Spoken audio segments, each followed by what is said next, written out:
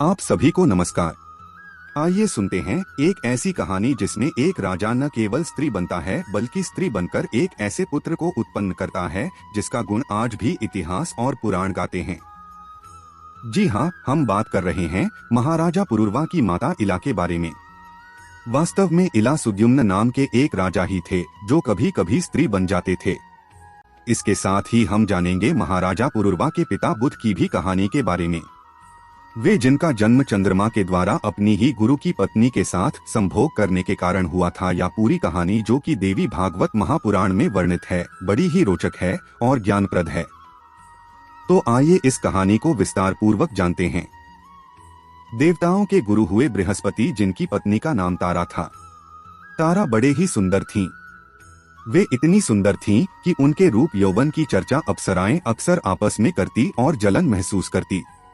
उनके जैसी स्त्री का इस देवलोक में होना भी सभी के लिए सुख में आश्चर्य का विषय था। लेकिन वे चंद्रमा से मन ही मन प्रेम करती थीं। चंद्रमा भी चूंकि देवता थे, इसलिए बृहस्पति के शिष्य और यजमान थे। एक दिन तारा चंद्रमा के घर गईं और वहीं पर उन्होंने चंद्रमा के सामने प्रेम का प्रस्ताव रखा। चंद्रमा बहुत ही सुंदर थे और तारा भी अद्भुत सुंदरी थीं।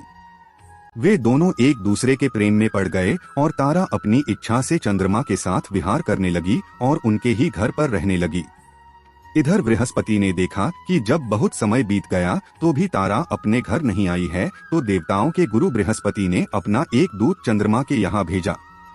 दूत ने चंद्रमा से अनुरोध किया कि आप गुरु पत्नी को लौटा दें। लेकिन चंद्रमा ने दूत को बिना गुरु पत्नी को दिए ही विदा कर दिया। जब दूत वापस लौट आया तो बृहस्पति को कुछ गुस्सा आ गया और वे चंद्रमा के द्वार पर जा पहुंचे। वहां जाकर उन्होंने चंद्रमा से कहा कि तुम कैसा पाप करते हो? तुम तो गुरु पत्नी के साथ रमण कर रहे हो, जो महापाप है। तुम तत्काल ही मेरी पत्नी लौटा दो। तब चंद्रमा ने कहा कि हे देव गुरु, आपने ही तो धर्मों में यह नियम बताया है कि संसर्ग से स्त्री और वेद पाठ करने से ब्राह्मण कभी भी दूषित नहीं होते हैं। फिर आप अपनी पर आने पर इस तरह के नियमों को क्यों नहीं धारण करते हैं? मैंने आपकी पत्नी का अपहरण नहीं किया है। वे स्वेच्छा से मेरे साथ हैं और जब उनकी इच्छा होगी वे आपके घर चली जाएंगी।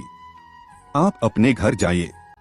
बृहस्पति उस समय तो लौट गए, लेकिन फिर कुछ दिनों के प्रतीक्षा के बाद जब उनकी पत्नी उनके घर नहीं आई तो वे बड़े क्रोधित हुए और वे क्रोध में तमतमाए हुए चंद्रमा के द्वार पर जा पहुंचे।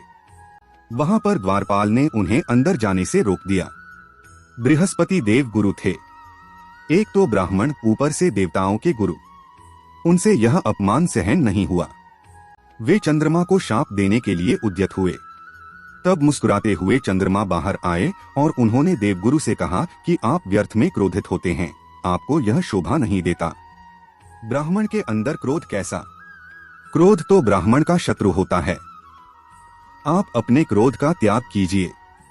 तारा न केवल आपकी पत्नी है बल्कि एक स्त्री भी है और स्त्री की इच्छा का सम्मान आपको करना चाहिए। मैंने उनका अपहरण तो किया नहीं है और न ही मैंने अपनी बाजुओं के जोर से उन्हें यहाँ रखा हुआ है।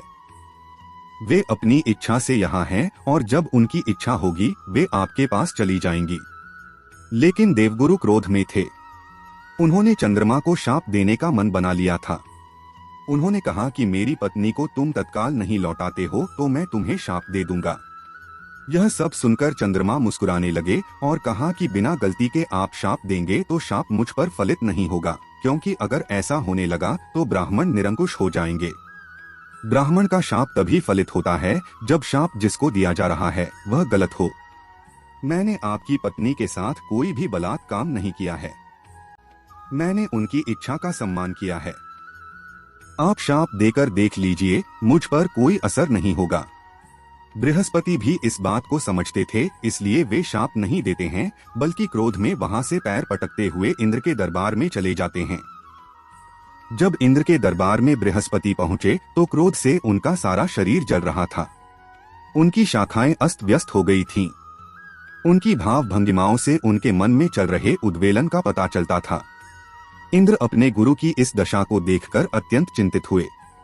उन्होंने उचित आसन देकर गुरु को बैठाया, उनके पैरों को धोया, उन्हें अर्घ्य अर्पित किया और तब जब गुरु थोड़े से शांत हुए तो उन्होंने पूछा कि हे गुरुदेव, आपकी यह दशा किसके कारण है? वह कौन है जिसने देवगुरु को अपमानित किया है? आप थोड़ा सा इंगित कीजिए, मैं अपनी सारी सेना के साथ उस दुष्ट का संहार कर दूंगा। वह कौन है जो न तो आपसे डरता है, न ही मेरे बल से डरता है? यदि मैं अनुरोध करूंगा तो ब्रह्मा, विष्णु और महेश जैसी शक्तियां भी आपका साथ देने चली जाएंगी। इतना सुनकर बृहस्पति ने कहा कि वह दुष्ट चंद्रमा मेरी पत्नी को अपने घर में रखे हुए है और वह उसको वापस नहीं कर रहा है। मैंने बहुत अनुरोध किया, अनुनय विनय किया, भय भी दिखाया, लेकिन चंद्रमा अपनी हट को छोड़ नहीं रहा है। तब इंद्र ने कहा कि हे गुरुदेव, आप चिंता मत कीजिए, मैं अभी एक दूत चंद्रमा के यहाँ भेजता हूँ। इंद्र ने दूत को यह समझाकर कहा कि तुम जाओ और सही शब्दों में चंद्रमा से कहो कि वह देवगुरु की पत्नी को लौटा दें। दूत चंद्रमा के पास गया और चंद्रमा के पास जाकर मधुर वाणी से कहा कि हे चंद्रदेव, आप तो अपूर्व सुंदर हैं। आपके पास दक्ष प्रजापति की 28 कन्याएं पत्नी के रूप में हैं। अगर आप चाहें तो स्वर्ग की सभी अप्सराओं को भी भोग सकते हैं। फिर आप इस गुरु पत्नी के साथ रमण क्यों कर रहे हैं? यह पाप है। आप गुरु पत्नी को लौटा दीजिए। यह सुनकर चंद्रमा ने कहा कि हे दूत, तुम मुझे भय दिखाने आए हो। मैं गुरु पत्नी को क्यों लौटा दूं, जब मैंने उसे रखा ही नहीं है। गुरु पत्नी अपनी इच्छा से मेरे साथ हैं और जब उनका मन होगा तभी वह उनके पास जाएंगी। आप जाकर इंद्र से कह दो कि मैं गुरु पत्नी को लौटाने का अधिकारी नहीं हूँ और मैं उन्हें उनकी इच्छा के विरुद्ध अपने घर से नहीं निकालूंगा। दूत चंद्रमा का संदेश लेकर वापस इंद्र के पास आया तो इंद्र इस बात को सुनकर क्रोध से तमतमा गए। उनका अहंकार उस समय चोट खा गया कि एक देवता होकर चंद्रमा की यह हैसियत कि वह देवताओं के राजा की बात को मानने से इनकार कर दे। इंद्र ने अपनी सेना को तैयार करने का आदेश दे दिया। इधर शुक्राचार्य ने जब देखा कि देवता आपस में ही लड़ने वाले हैं तो उन्हें एक अच्छा समय दिखाई देने लगा। उन्होंने दैत्यों की सेना को तैयार किया और चंद्रमा के पास जाकर कहा कि देवराज इंद्र तुम पर आक्रमण करने वाले हैं। हे चंद्रदेव, यदि तुम चाहो तो दैत्यों की सेना तुम्हारा साथ दे सकती है। चंद्रमा को उस समय वास्तव में सेना की आवश्यकता थी, क्योंकि देवताओं की सेना से वे अकेले नहीं लड़ सकते थे। अत्रि के पुत्र चंद्रमा ने दैत्यगुरु शुक्राचार्य की बात को मान लिया और चंद्रमा की तरफ से दैत्य सेनाएं देव सेनाओं से लड़ने के लिए एकत्र हो गई। स्वर्ग में बहुत ही गजब का दृश्य था। एक तरफ चंद्रमा के नेतृत्व में दैत्य सेनाएं और दूसरी तरफ देवगुरु बृहस्पति के लिए इंद्र के नेतृत्व में पूरी देव सेना। देवों और असुरों का संग्राम प्रारंभ हो गया। बड़ा भीषण संग्राम हो रहा था। एक स्त्री के लिए देवता और दैत्य आपस में कटकर मरने लगे। वास्तव में यह युद्ध एक स्त्री के पीछे नहीं हो रहा था, बल्कि दैत्यों की सेनाएं उचित अवसर देखकर दैत्य गुरु शुक्राचार्य के अहंकार को पोषित करने के लिए लड़ रही थीं। वहीं देवताओं की सेना अपने राजा इंद्र के अहंकार को तुष्ट करने के लिए दैत्यों से लड़ रही थी। भीषण संग्राम मचा हुआ था। एक दूसरे को दैत्य और देव काटते जा रहे थे। अरुण मुंडे से युद्ध में पड़ गई। वहां खून की नदियां बहने लगी। जब ब्रह्मा ने देखा कि उनकी सृष्टि इसी तरह नष्ट होती जा रही है तो वे बीच बचाव करने के लिए वहां पर आए और उन्होंने चंद्रमा को समझाया और कहा कि चंद्रमा, एक स्त्री के लिए इतना विनाश, क्या तुम्हें यह शोभा देता है? चंद्रमा ब्रह्मा जी की बात को टाल सकते थे, क्योंकि ब्रह्मा जी उनके पितामह थे। चंद्रमा शांत हो गए। साथ ही ब्रह्मा जी ने दैत्यों के गुरु शुक्राचार्य को भी समझाया कि तुम तो समझदार हो, तुम्हें इस तरह के रक्तपात में भाग नहीं लेना चाहिए। तुम अपनी सेना को लौटा ले जाओ। दैत्य गुरु शुक्राचार्य भी अपनी सेना लेकर वापस आ गए। चंद्रमा ने देवताओं के गुरु बृहस्पति की पत्नी तारा को उनके पति को सौंप दिया, यानी कि बृहस्पति को सौंप दिया। दोस्तों, अगर आपको हमारी कहानियां पसंद आती हैं तो इस वीडियो को लाइक करके हमारे चैनल को सब्सक्राइब अवश्य कीजिएगा। इसमें आपका तो 2 से 3 सेकंड का समय लगेगा, लेकिन हमारा चैनल इससे जीवंत बना रहेगा और सनातन के लिए किया गया हमारा प्रयास अधिक लोगों तक पहुंच सकेगा। तो हम आपसे इतनी अपेक्षा तो कर ही सकते हैं। अब आइए कहानी पर वापस लौटते हैं। तारा बृहस्पति के घर रहने लगी। समय बीतने लगा। कुछ समय के पश्चात तारा ने एक अत्यंत ही सुंदर पुत्र को जन्म दिया। वह पुत्र इतना सुंदर था कि उसके पैदा होते ही सारे देवलोक में वह चर्चा का विषय बन गया। बृहस्पति फूले नहीं समा रहे थे। उनके घर में एक पुत्र जो आ गया था बृहस्पति ने तुरंत ही उसका जातकर्म संस्कार किया और उस लड़के का नाम उन्होंने बुध रखा। जब यह खबर चंद्रमा को पहुंची तो चंद्रमा भी वहां पर पहुंचे। उन्होंने बृहस्पति से कहा कि आप देवताओं के गुरु हैं, आपको तो यह पता होना ही चाहिए कि बच्चे का जातकर्म संस्कार उसका पिता करता है। इस बच्चे का पिता मैं हूँ, इस बच्चे पर मेरा अधिकार है। तब देवताओं के गुरु ने कहा कि तुम कैसी मूर्खता भरी बात करते हो, तारा मेरी पत्नी है और इसलिए यह मेरा बच्चा है, इस पर मेरा अधिकार है। तब चंद्रमा ने हंसते हुए कहा, आप परम ज्ञानी हैं, आप सभी विज्ञानों के ज्ञाता हैं। क्या आप यह नहीं समझते कि एक बच्चा सिर्फ विवाह से उत्पन्न नहीं होता है, बच्चा संबंध से बनता है। आपकी पत्नी तारा है, लेकिन यह बच्चा मेरे अंश से उत्पन्न है, मेरे तेज का अंश है, इसलिए इस बच्चे पर मेरा अधिकार है। देवताओं के गुरु बृहस्पति और चंद्रमा के बीच में इसे लेकर पुनः युद्ध की स्थिति उत्पन्न हो गई।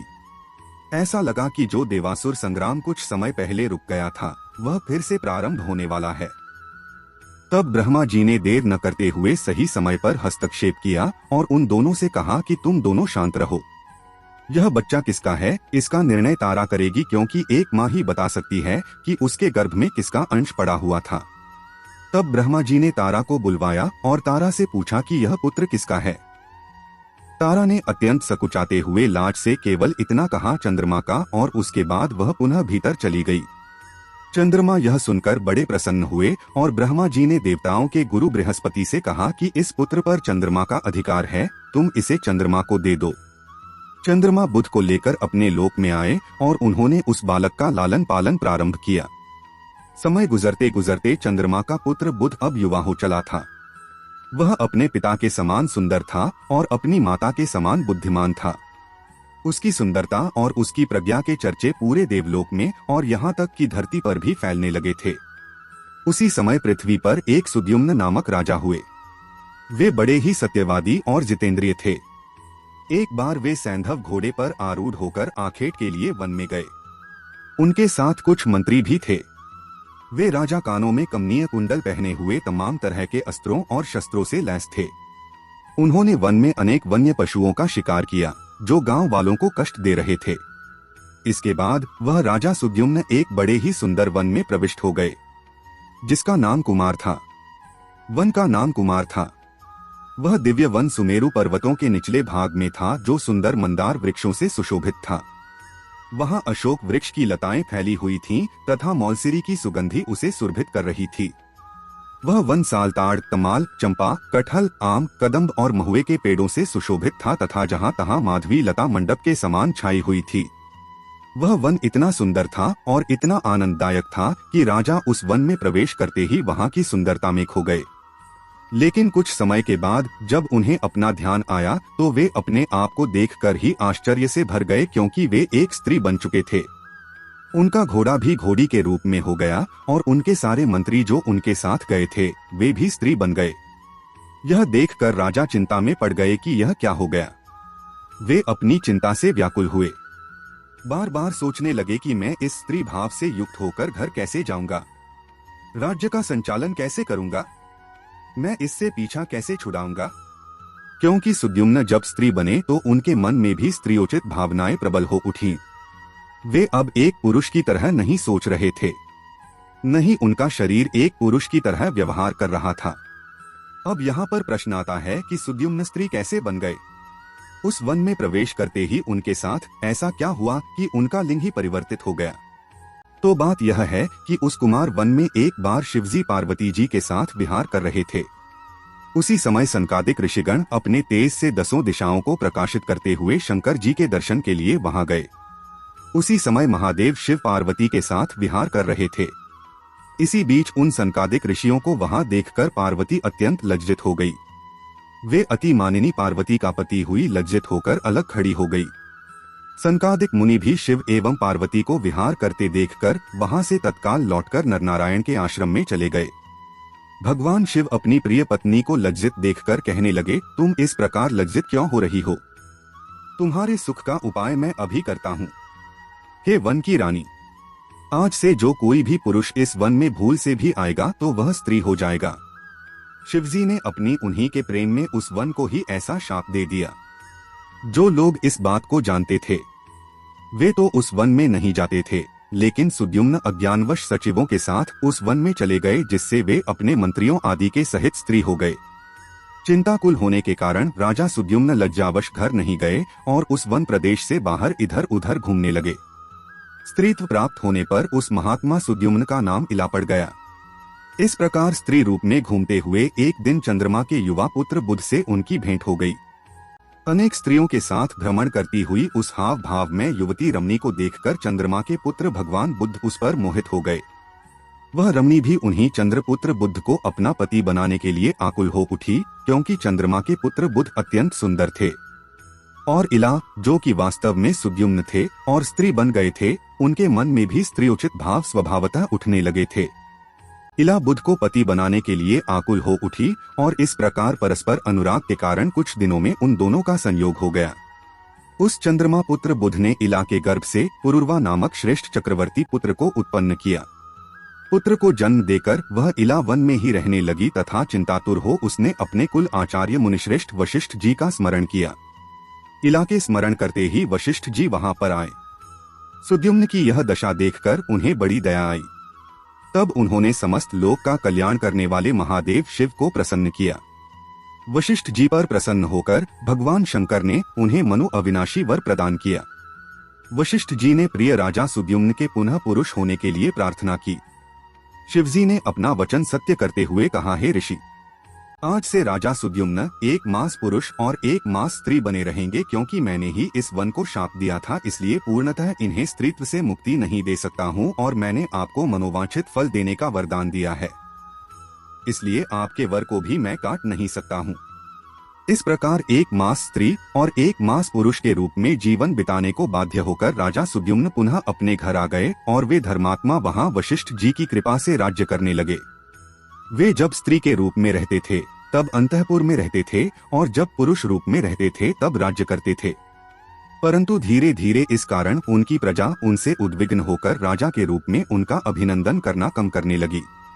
कुछ समय के बाद जब राजकुमार पुरूरवा युवक हो गए तब महाराज सुद्युम्न उसे प्रतिष्ठानपुर का राज्य सौंपकर वन में चले गए। तो दोस्तों, आज की कहानी हमारी यहीं पर समाप्त होती है। उम्मीद है कि आपको यह कहानी अच्छी लगी होगी, तो अपनी राय कमेंट बॉक्स में अवश्य बताइएगा। मिलते हैं अगले वीडियो में अगली कहानी के साथ, तब तक के लिए नमस्कार।